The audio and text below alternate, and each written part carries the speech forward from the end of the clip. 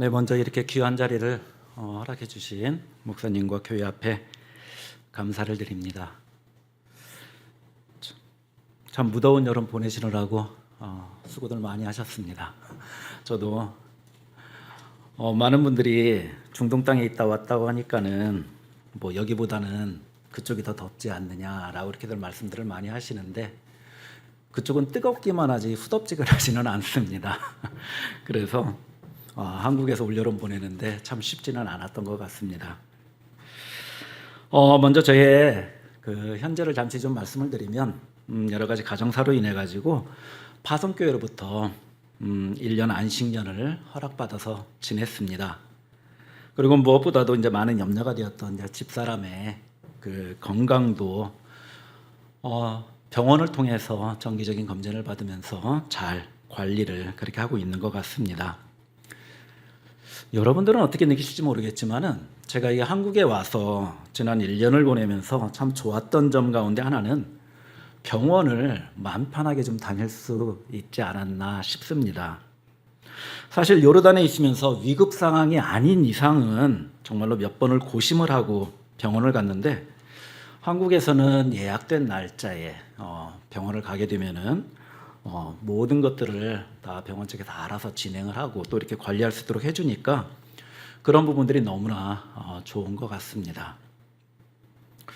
저희는 이번에 그 파송교회에 허락을 받아서 20년의 요르단 사역을 바탕으로 이 국내 이주민 선교로 선교지 전환을 하게 되었습니다. 저도 이번에 그 선교지 전환을 하면서 알았던 건데 저희 GMS 총회 선교부 안에도 이미 한국에 3개의 지부를 가지고 있다라는 사실을 들었고 그리고 약 47유닛 그러니까 47가정 또는 뭐 싱글이 이미 이렇게 다문화 사역에 전력을 다하고 있다라는 그런 소식들을 듣게 되었습니다.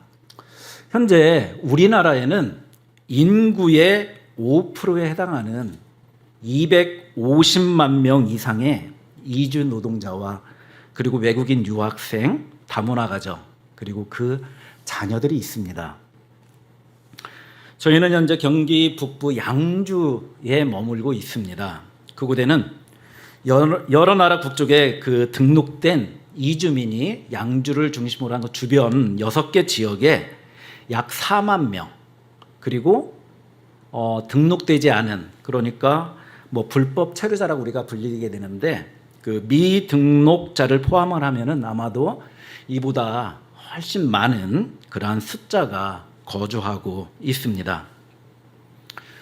저희는 지난 5월에 지인의 소개로 이집트에서 온 2가정을 만나게 되었습니다. 이들을 저희들에게 소개를 해준 이유는 같은 중동권이고 또 아랍어를 쓰는 그러한 이유들로 인해서 저희들을 그분과 연결을 시켜주었는데 그 부인들이 전부 다 임신 중이었는데 그들이 포천의료원에서 진료를 보는데 한국 의료보험이 없기 때문에 정기 검진을 받을 때마다 약 10만 원의 비용이 지출이 되고 있었습니다. 그리고 이제 출산일이 다가오니까는 이 출산 관련된 그러한 비용이 걱정이 된다고 이들을 좀 도와줄 수 있는 그러한 방법이 없는지 해서 저희들에게 이렇게 연락이 왔습니다. 이들은 난민주의로 인도적 체류 허가를 받아서 매 3개월마다 한국에 머무를 수 있도록 그렇게 연장을 하고 있었는데 그렇기 때문에 이들이 정규직으로 취업도 할 수가 없고 그저 일일 노동자로서 그렇게 하루하루 살아가고 있었습니다. 그들에게 경제적인 도움을 줄 수 있는 그런 병원들을 알아봤는데 거리가 포천과는 너무나 떨어져 있어서 그냥 다니는 병원에서 출산을 하는 게 가장 좋은 방법이다라고 판단을 하고서 그 정기 검진일에 그들과 함께 그 포천 의료원을 방문을 했습니다. 그래서 그들의 상황들에 대해서 그 의사 선생님과 또 병원 내에 있는 그 사회복지과 담당자에게 이 통역을 해주고 도움을 받을 수 있는 그런 방법들을 좀 알아봤습니다. 그런데 가서 느낀 것은 이 담당 간호사 선생님도 그렇고 사회복지를 담당하시는 선생님도 이들과의 소통이 그렇게 원활하지 않아서 많은 어려움이 있었다라고 그렇게 이야기를 저에게 해주었는데, 특히나 이 사회복지를 담당하는 이 선생님은 저희들이 그 병원을 방문하기 바로 전주에 이집트에서 온 사람들 몇 사람이 이 사회복지과를 방문을 했었나 봅니다. 그런데 그 과정에서 서로의 언어 소통의 문제 또 오해들이 있어가지고 그 선생님의 표현을 그대로 빌리자면은 사무실을 뒤집어 놓고 갔다라고 그렇게 표현을 하더라고요. 그래서 이 사회복지과 선생님이 이집트 사람들에 대한 아주 좋지 않은 그러한 감정을 가지고 있어서 저희들이 들어가서 저희들이 이 친구들이 이집트에서 온 사람입니다라고 이야기를 하니까 이미 얼굴색부터가 변하면서 노골적으로 이 사람들에 대한, 그러니까 이집트 사람들에 대해서 좋지 않은 감정이 있다라고 아주 노골적으로 이렇게 표현을 하시더라고요. 그런데 감사하게도 서로 이렇게 이야기를 하면서 이 이집트 사람들에 대한 정확한 정보를 그들에게 전달을 하고 또 병원 측에서도 요구하는 것들이 무엇인지를 이렇게 통역을 해주면서 좋은 분위기 속에서 상담을 마칠 수가 있었습니다. 그리고 나서 한 3주 후에 이 이집트 친구들로부터 연락이 왔는데 진료비의 90%를 뭐라고 할까요? 이렇게 비용 절감을 받을 수 있게 되었다고, 도와줘서 고맙다고 그렇게 연락이 왔습니다. 그리고 이제 진료뿐만이 아니라 출산을 하는 데 있어서도 약 50% 이상의 그러한 감면을 받을 수 있게 되었습니다. 그 중에 한 가정은 지난 8월 말에 아이를 출산을 했는데 많은 재정적인 그러한 혜택을 또 받을 수가 있었습니다. 저희가 병원에 갔을 때 이 간호사 선생님도 그리고 이 사회복지를 담당하시는 선생님도 혹시 아랍어의 통역이 필요하면은 도와줄 수 있는지 물어보길래 얼마든지 도와줄 수 있다고 그렇게 이야기를 하고 제 전화번호를 이렇게 남겨놓고 왔습니다. 참, 이 언어의 문제는 저희가 처음 요르단에 가서 느낀 그러한 장벽이기도 했습니다. 단순한 문제인데도 불구하고 아랍어가 되지 않음으로 인해서 결국은 다른 사람의 도움을 받아야만 했습니다.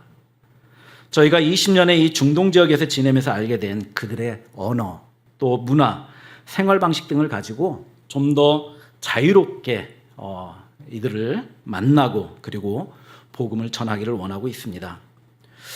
아직까지 이 한국 사회의 이주민에 대한 이 부정적인 그러한 시각과 그리고 한국 교회의 이주민에 대한 이 불편한 생각이나 그리고 선교의 대상으로 봐야 되는 시각은 아직은 좀 미약한 듯합니다. 하지만 어떤 분들은 이 이주민에 대한 선교의 필요성을 이야기를 할 때 이미 그물 안에 들어온 물고기로 그렇게 표현을 하시는 분들도 계시고 그냥 뜰채로 뜨기만 하면 된다라고까지 하는데, 이 이주민 사역 역시 많은 기도와 시간과 또한 노력이 필요한 부분입니다. 하나님께서는 허물 많은 우리를 정말로 아무런 조건 없이 받아주셨듯이 우리 역시 이주민들을 사랑과 그리고 관심으로 받아들여야 할 때라고 생각을 합니다. 세상 속의 교회로 또한 그들과 함께하는 교회로 나아가야 할 것입니다. 사도행전 17장 26절 말씀에 보게 되면은 인류의 모든 족속을 한 혈통으로 만드사 온 땅에 살게 하시고 그들의 연대를 정하시며 거주의 경계를 한정하셨으니 라는 이런 말씀이 있습니다. 인류의 연대를 정하시고 거주의 경계를 한정하시는 일은 하나님의 일이라고 기록하고 있습니다. 때문에 지금 전 세계적으로 이렇게 당하는 그러한 난민들이 발생을 하고 또한 보다 나은 삶을 위해 다른 나라를 찾는 많은 이주민들의 이동 역시 온 세상을 주관하시는 그 하나님의 주권하에 이루어지는 일이라고 고백을 하게 됩니다. 우리들의 입장에서는 그들을 어떻게 바라봐야 될지 모르겠지만은 정말로 그들의 입장은 생존을 위해 또 보다 나은 그러한 삶을 위해 그들이 다른 나라를 찾아 떠나는 이러한 모든 과정들이 다 하나님이 그들을 그 땅 가운데 보내신 것이라고 믿습니다. 그들의 자국에서는 자유롭게 복음을 들을 기회나 또는 환경이 되지 못했지만은 지금은 그래도 마음껏 예수 그리스도의 복음을 들을 환경 가운데 있게 되었습니다. 그렇다고 그들이 저절로 복음을 듣게 되지는 않습니다. 누군가는 그들에게 복음을 전해야만 할 것입니다. 저희들은 이 일들을 감당하기를 소망을 하고 있습니다. 미등록 이주민이나 또는 난민주의를 가지고 있는 부모의 아이들은 이 땅에서 태어나도 우리나라에 출생신고를 할 수가 없습니다. 그리고 그들이 18세가 되면은 우리나라를 떠나 자국으로, 본국으로 돌아가야만 합니다. 경기 북부 지역에 이 아프리카에서 온 약 1000여 명의 난민이 거주하고 있습니다. 그곳 아이들을 대상으로 방과 후 축구교실, 그리고 지역 이주민 센터와 함께하는 어린이 축구교실, 그리고 사회적 기업의 프로그램 중 하나로 축구교실 등을 그들과 함께 하자고 제안을 받았습니다. 이미 저희가 요르단에서 시리아 또 이라크 난민을 대상으로 이러한 사역한 그러한 경험들을 가지고 이들에게 축구를 통해 볼을 차는 그 시간만큼만이라도 좀 마음 편하게 볼을 차고 신락 같은 꿈과 그리고 희망을 심어주기 위한 일들을 저희들이 하기를 원합니다. 그리고 약 40여 명의 이집트에서 온 이 노동자들과 그리고 아랍권에서 온 사람들을 계속적으로 만나면서 복음을 전하는 일들을 계획하고 있습니다. 지금까지도 여러분들이 저희에게 많은 사랑과 또한 기도를 해 주셨습니다. 부족하지만은 저희들의 그 앞으로의 사역을 위해서도 다시 한번 여러분들의 관심과 기도를 부탁을 드리겠습니다. 제가 이 성경의 땅인 요르단에 20년을 살면서 감사한 것 중에 하나가 성경 시대의 질이나 그리고 문화 배경을 조금은 이해할 수 있었다는 것입니다. 우리가 신앙생활을 하는 데 있어서 절대적으로 떼어날 수 없는 것이 성경입니다. 성경의 기록은 문화적으로 또 지리적으로 볼 때 우리와는 너무나 멀리 떨어져 있는 곳에서 실제로 일어난 그러한 사건이고 그리고 시기적으로도 이미 2000년 전 또는 3500년 전의 사건들을 기록을 하고 있습니다. 그럼에도 우리는 성경을 볼 때 우리 개인의 지나온 삶을 기준으로 또는 현재 나의 선 지식과 내 경험, 내 시각으로 성경을 보는 그러한 경향들이 종종 있습니다. 우리는 성경을 읽을 때 먼저 원저자와 그리고 그 자리에 있던 청중들의 세계 그리고 그들의 문화 속에 들어가 성경을 보아야 할 것입니다.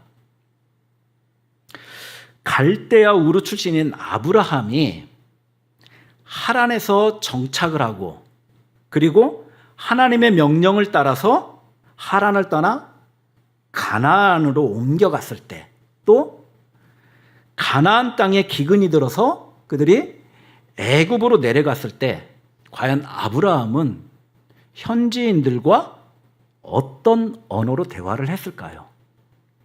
이 나라들을 보면 현재의 이라크, 이란, 팔레스타인, 이집트입니다.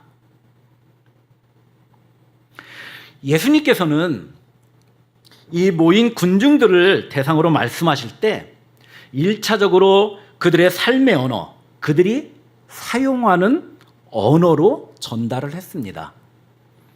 그렇기 때문에 이 모인 군중들은 예수님의 그 말이 무슨 말인지 또한 단순히 언어의 전달만이 아니라 그 말의 의미도 이해를 할 수 있었습니다.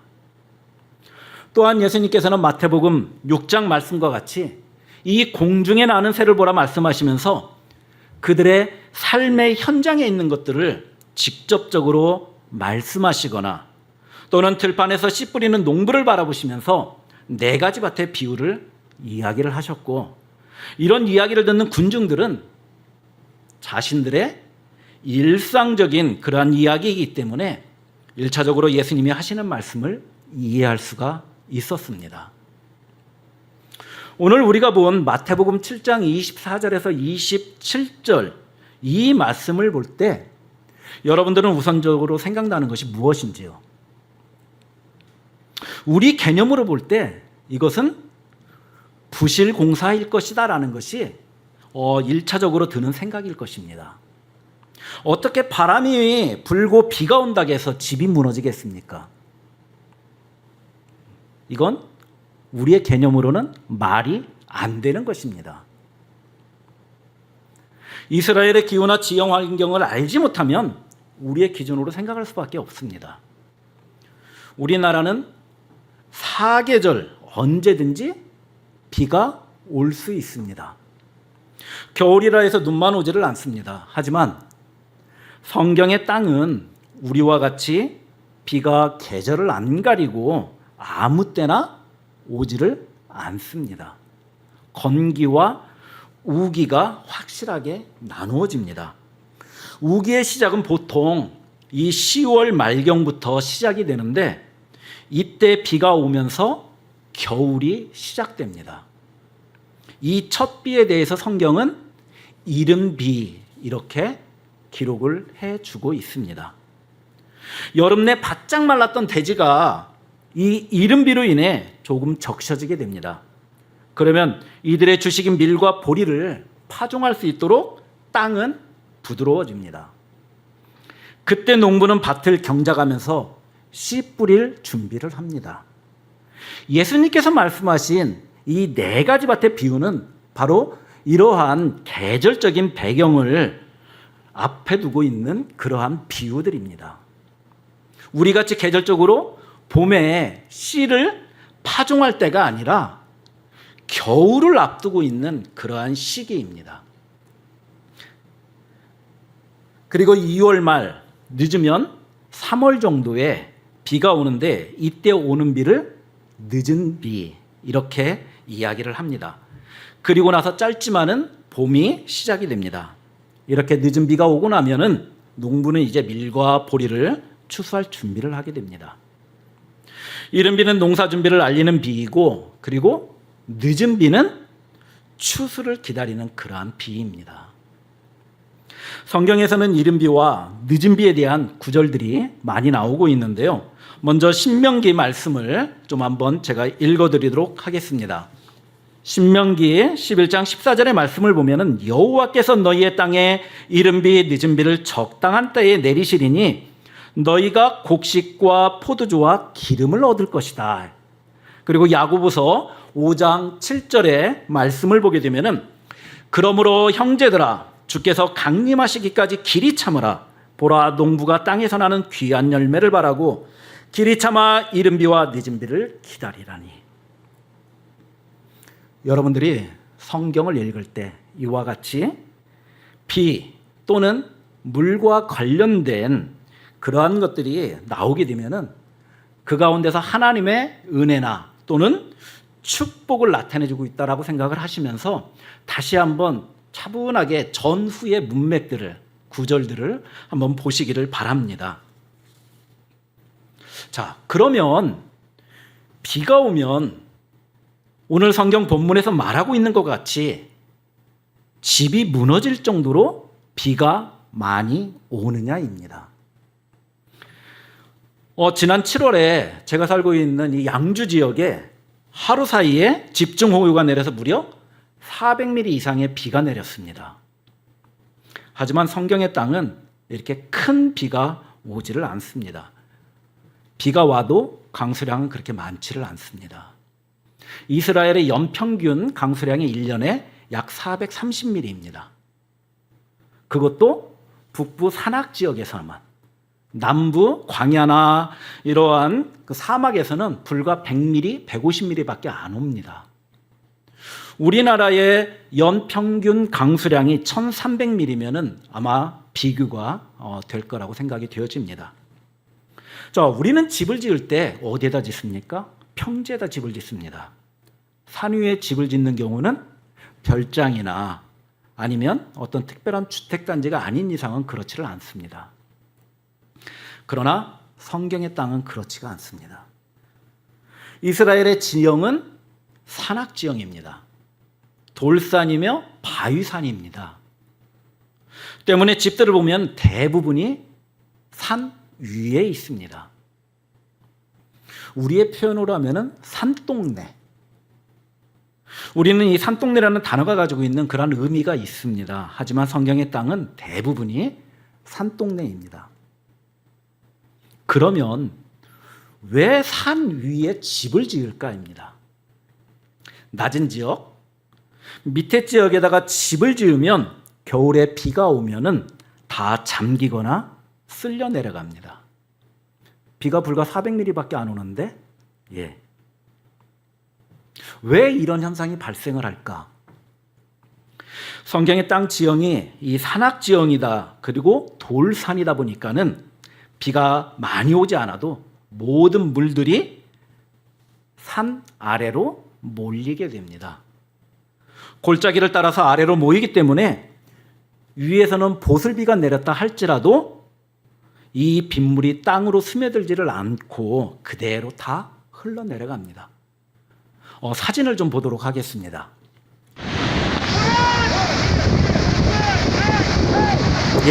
이 성지순례 갔다 오신 분들, 이게 페트라 시크라고 그 협곡 바로 입구입니다.